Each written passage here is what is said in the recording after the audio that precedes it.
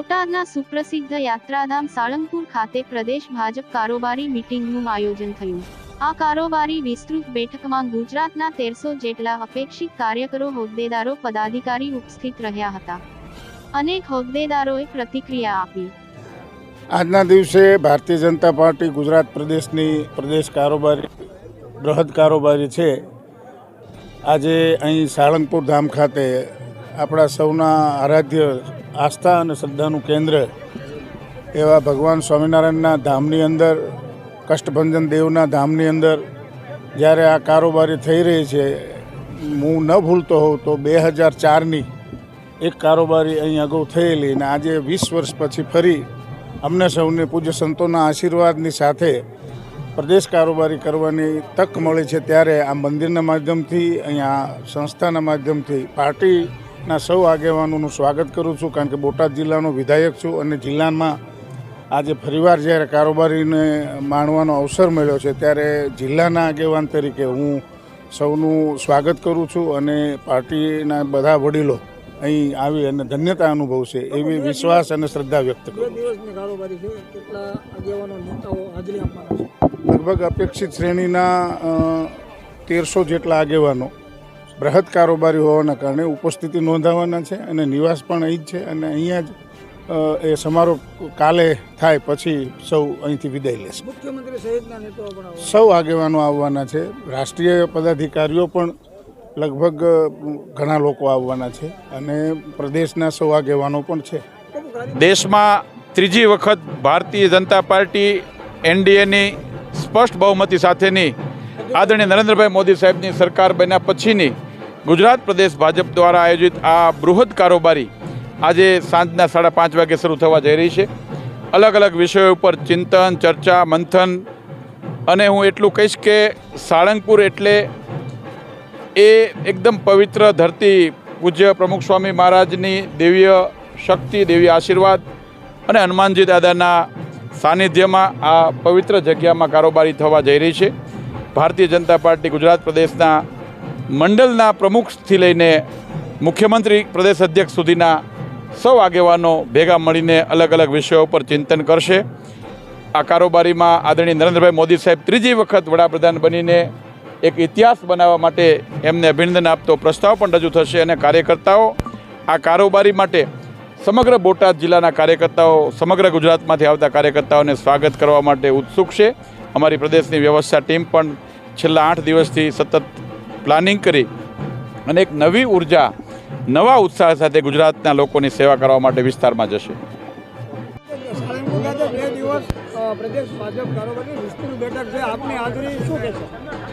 બધા જ પદાધિકારીઓ હાજર છે અને આ વખતે વિસ્તૃત કારોબારી છે, જેમાં અમારા મંડળના અધ્યક્ષ સહિતના લગભગ 1500 પદાધિકારી આ ચૂંટણી પછી પહેલીવાર મળી રહ્યા છીએ અને આવા પવિત્ર સ્થાન ઉપર જ્યાં હનુમાનજીનું મંદિર છે, સાળંગપુર હનુમાન, BAPS સંસ્થાની વ્યવસ્થા છે।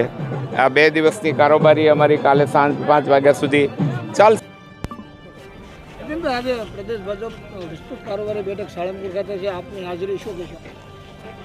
અમારા ભારતીય જનતા પક્ષના બંધારણ પ્રમાણે દરેક સંગઠનની કમિટીઓ, પછી તાલુકાની હોય, જિલ્લાની હોય, રાજ્યની હોય કે રાષ્ટ્રીય કક્ષાની હોય, એની નિયમિત રીતે બેઠકો યોજવામાં આવશે અને એના પ્રમાણે જ આજે ગુજરાત પ્રદેશ ભારતીય જનતા પક્ષની પ્રદેશ કારોબારીની બેઠક સાળંગપુર મુકામે હનુમાનજી મહારાજના ચરણે પૂજ્ય પ્રમુખ સ્વામી મહારાજ અને પૂજ્ય યોગી મહારાજજીના પવિત્ર ધામની અંદર અહીંયા યોજવામાં આવી છે અને આજે અને આવતીકાલે બંને દિવસ દરમિયાન અમારા ભારતીય જનતા પક્ષના દરેક અપેક્ષિત કાર્યકરો, હોદ્દેદારો, ધારાસભ્યશ્રીઓ, સંસદ સભ્યશ્રીઓ અને દરેક મોરચાના હોદ્દેદારો એમાં ઉપસ્થિત રહેશે અને આ 2 દિવસ દરમિયાન વિવિધ વિષયો ઉપર ચર્ચા વિચારણા કરવામાં આવશે।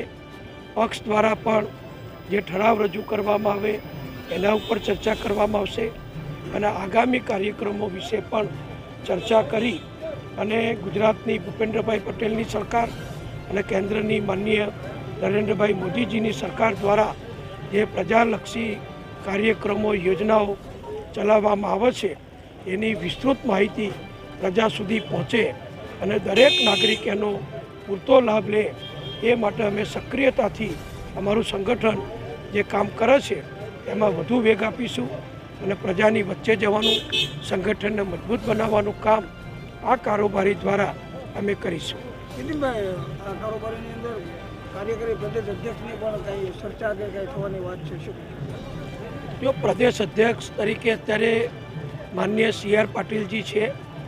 CR પાટીલના નેતૃત્વમાં ગુજરાતમાં જે ચૂંટણીઓ યોજાઈ એ બધી ચૂંટણીઓમાં કે ગુજરાત વિધાનસભાની ચૂંટણી હોય તો એ વખતે 156 ધારાસભ્યો ગુજરાતમાં ભાજપના ચૂંટાયા. ત્યાર પછી તો 5 નવા ધારાસભ્યો ભાજપમાં ઉમેરાયા. એ સિવાય જે ચૂંટણીઓ તાલુકા જિલ્લાની કે નગરપાલિકા કોર્પોરેશનની યોજાઈ એમાં પણ ભાજપનો ભવ્ય વિજય થયેલો. તાજેતરમાં જે લોકસભાની ચૂંટણી યોજાઈ એમાં પણ ગુજરાતમાં 25 લોકસભા સીટો ઉપર ભાજપના ઉમેદવારો લાખો મતોની બહુમતીથી વિજય થયા છે. શ્રી CR પાટીલજી પણ લાખો મતથી વિજય થયા છે. માનનીય અમિતભાઈ શાહ પણ લાખો મતોથી વિજય થયા છે. ત્યારે સ્વાભાવિક હવે માનનીય નરેન્દ્રભાઈના મંત્રીમંડળની અંદર શ્રી CR પાટીલ કેન્દ્રના કેબિનેટ મંત્રી બન્યા છે. એટલે કેન્દ્રના કેબિનેટ મંત્રી તરીકે આખા દેશની જવાબદારી એમની પાસે છે. ગુજરાતના પ્રદેશ અધ્યક્ષ તરીકે પણ સંગઠનની કામગીરી જવાબદારી અત્યારે તેઓ સંભાળી રહ્યા છે. એટલે બંને જવાબદારીમાંથી હવે પ્રદેશની જવાબદારી જ્યારે કેન્દ્રનું અમારું મોવડી મંડળ જ્યારે જે યોગ્ય નિર્ણય કરશે એ વખતે જે જગ્યા થશે એના ઉપર નવા અધ્યક્ષની અમારું કેન્દ્રનું મોવડી મંડળ જે માર્ગદર્શન આપશે એ પ્રમાણે નિમણૂક થશે. નીતિનભાઈ, પ્રદેશ ભાજપની વિસ્તૃત કારોબારી બેઠક તમારી હાજરી શું? લોકસભાની 2024ની ચૂંટણી બાદ આખા ભારતની અંદર ભારતીય જનતા પાર્ટીની આગેવાનીમાં NDAની સરકાર બની છે અને આપણા સૌથી લોકપ્રિય પ્રધાનમંત્રી નરેન્દ્રભાઈ ત્રીજી વખત પ્રધાનમંત્રી બન્યા છે. અને ગુજરાતની અંદર પણ લોકસભાની 26 બેઠકોમાંથી 25 બેઠકો ભારતીય જનતા પાર્ટીને મળી છે. એટલે ક્લીન સ્વીપ ગુજરાતમાં પણ મળી છે. એ માહોલ વચ્ચે આજે અહીંયા સાળંગપુર હનુમાનની પવિત્ર જગ્યાની અંદર પ્રદેશ ભાજપાની વિસ્તૃત કારોબારીની બેઠક મળી રહી છે. ત્યારે એ બેઠકોની અંદર સંગઠનની પણ ચર્ચાઓ થશે અને આ કાર્યકરોના મહાકુંભમાં આગામી દિવસોમાં જે ચૂંટણી આવી રહી છે નાની મોટી જે કાંઈ એની તૈયારીઓની પણ અહીંયા શરૂઆત થશે. ભારતીય જનતા પાર્ટીની એક ચૂંટણી પૂરી થાય એટલે બીજીની તૈયારીમાં એના કાર્યકર્તાઓ લાગી જતા હોય છે. જ્યારે સામે પક્ષે છે અત્યારે હારી ગયા પછી પણ જાણે જીતી ગયા હોય એવા માહોલની અંદર હજી પણ એ વિજય મેળવવો હોય એવા ઉત્સાહથી કોંગ્રેસ કોઈ તૈયારી કરતી નથી. ત્યારે અહીંયા આટલી મોટી પ્રજાની વચ્ચે જવાની કાર્યક્રમો લઈ જવાની તૈયારી થઈ રહી છે. એ આવતીકાલે જાહેર થશે. પણ મોટે ભાગે હું કહું છું ત્યાં સુધી સંગઠન અને આવનારા દિવસોના ચૂંટણીઓ દેશની અંદર પ્રદેશની અંદર જે કોઈ બનાવો બન્યા છે એના સંદર્ભમાં ઠરાવો સહિતના પ્રોગ્રામો થશે. વિસ્તરણ થવા જઈ રહ્યું છે, આપનો પણ સમાવેશ થવાની વાત છે શું? એ હાસ્યાસ્પદ વાત છે. કોઈનો સમાવેશ કરવાની કે કોઈને કરવાનું કોઈ ચર્ચામાં નથી. જે કંઈ નક્કી કરવાનું આવશે એ પ્રદેશ નેતૃત્વ હાઈકમાન્ડના માર્ગદર્શન હેઠળ જે કંઈ નક્કી કરવાનું છે એ યોગ્ય સમય કરશે. અત્યારે તો બધા જ આ લોકસભા 2024નું જે પરિણામો છે એ પરિણામોને આગળ કેવી રીતે પ્રજાની વચ્ચે લઈ જવાના એની ચર્ચાઓ થવાની છે.